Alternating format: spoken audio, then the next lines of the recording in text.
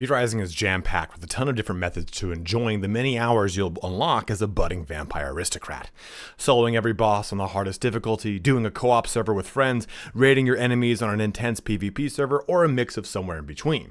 In this video, I want to talk about whether or not V-Rising is a game you can solo entirely, or if you need to play with people, PvP or otherwise.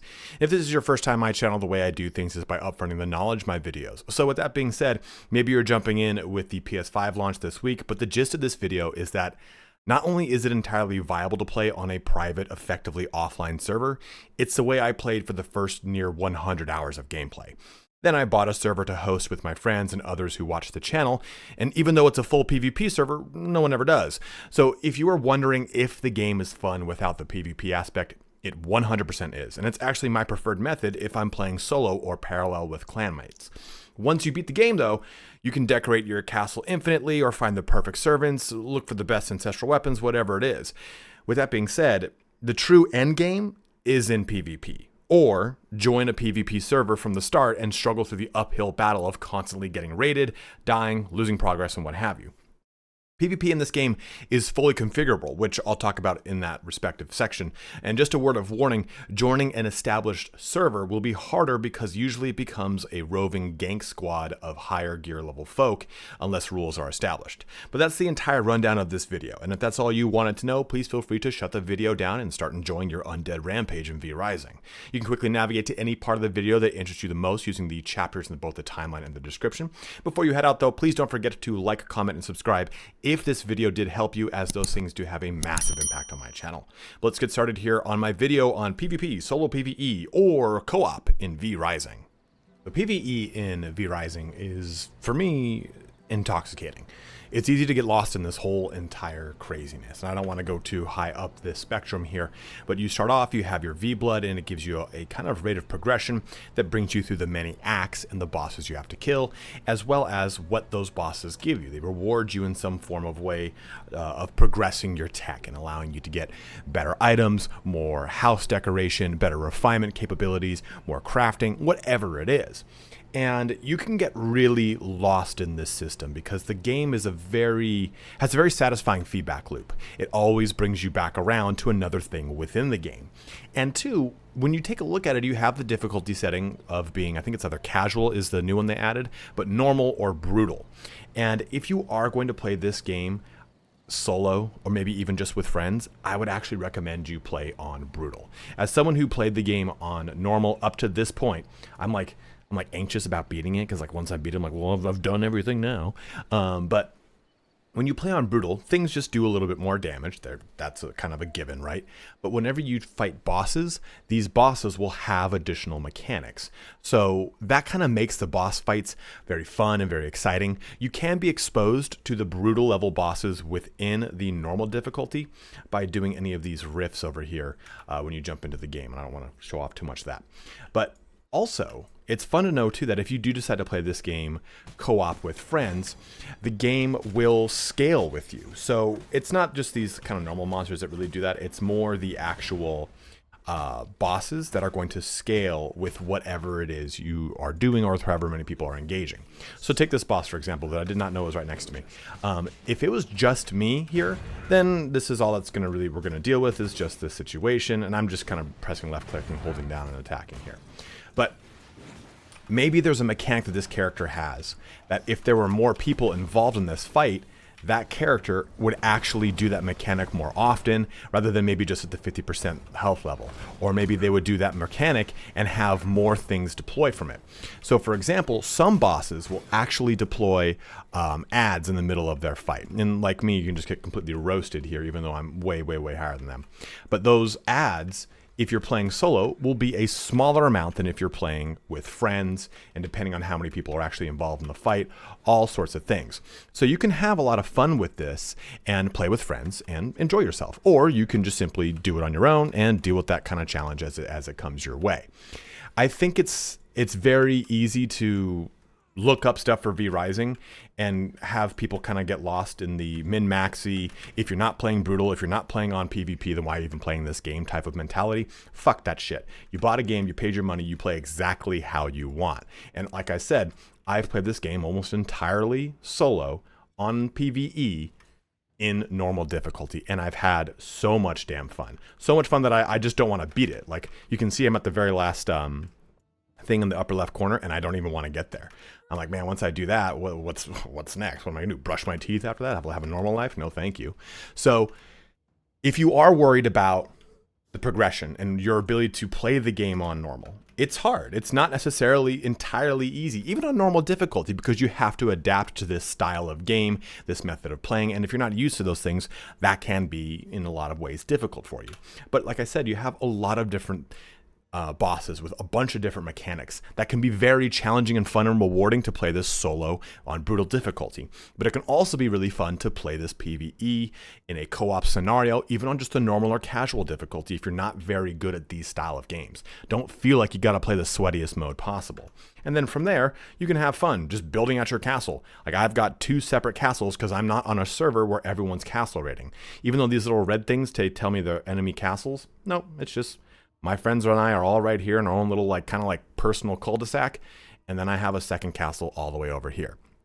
And I'm having a ton of fun. And again, the end game for that, though, does come down to pretty much just decorating your castle. The PvE experience ends when the V-Blood experience ends. And then after that, it's a matter of finding, if I can find anyone around me, servants. So you see that this guy says, for those that don't know, this says 19% brute. Well, you want to ideally have servants that have 100% blood purity.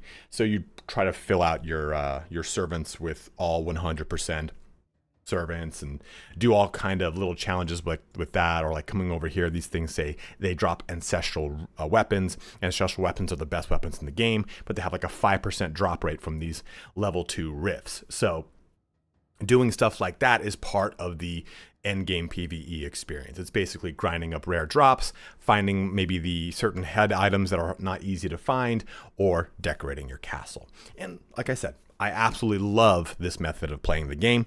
But if you want to play solo, you want to play with friends, you want to play with PvE, it's a totally viable way of playing. Let's now talk about PvP. So when it comes to PvP, and you might be thinking I'm going to show you PvP combat in this section, I'm not. There's no one for me to PvP with in the server right now, and I'm not good at it, so I'm just not going to show off shit skills that I already have. But we are going to talk about your castle, because that is a part of PvP. PvP is going to drastically change the way you approach the game. It's going to change the way you build out your castle. It's going to change the way that you choose certain items, certain spells, stuff like that. And it's not that PvP is overly min-maxed. It's that when you join PvP servers, you typically will deal with people that do play min-maxed. So the best way to have a castle is not like this one. Like, this castle is open and spread, and I have all these big, huge different pavilions and open little cool breezeways and floating balconies. I've gone over the top and tried to decorate just this one castle. The second one's even worse. But in a PvP scenario, what I have to worry about is what's going to happen when someone breaks the wall through my door and tries to invade. Because that's really what happens, right? If the server allows castle raiding, then someone's going to come to this door. They're going to break this door open. They're going to come up this way. They're going to break this door open. And now they pretty much have full access to my castle, minus one more door at the top. And that can be very troublesome. It does come down to the specific server. Take this server, for example. This is a full PvP server, but I have set no castle rating. So people, even if they were able to get into your castle, they cannot open your chests, they cannot access any of your stuff and steal it. So there is a bit of security there. So if you do join a PvP server, know that not all servers are like that. Some of them will have their castle rating set to specific times of the day. Maybe it's 6 p.m. to 8 p.m.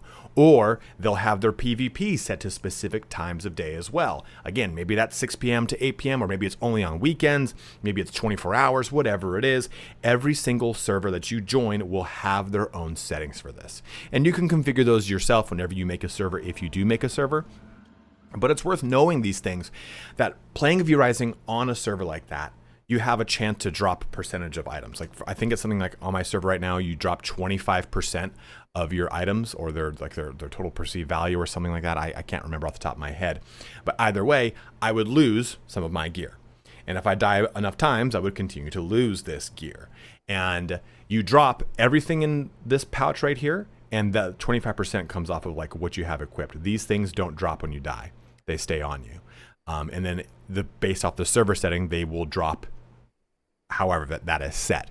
So playing V-Rising on a PvP scenario is that true endgame, because what are you going to do the entire time? You're just going to hunt other people. So even when you complete the entire V-Blood chart, you've beaten the game, you've killed everyone, you go back to trying to fight each other. And moreover, on PvP servers, which is very common, you'll see these soul shards over here.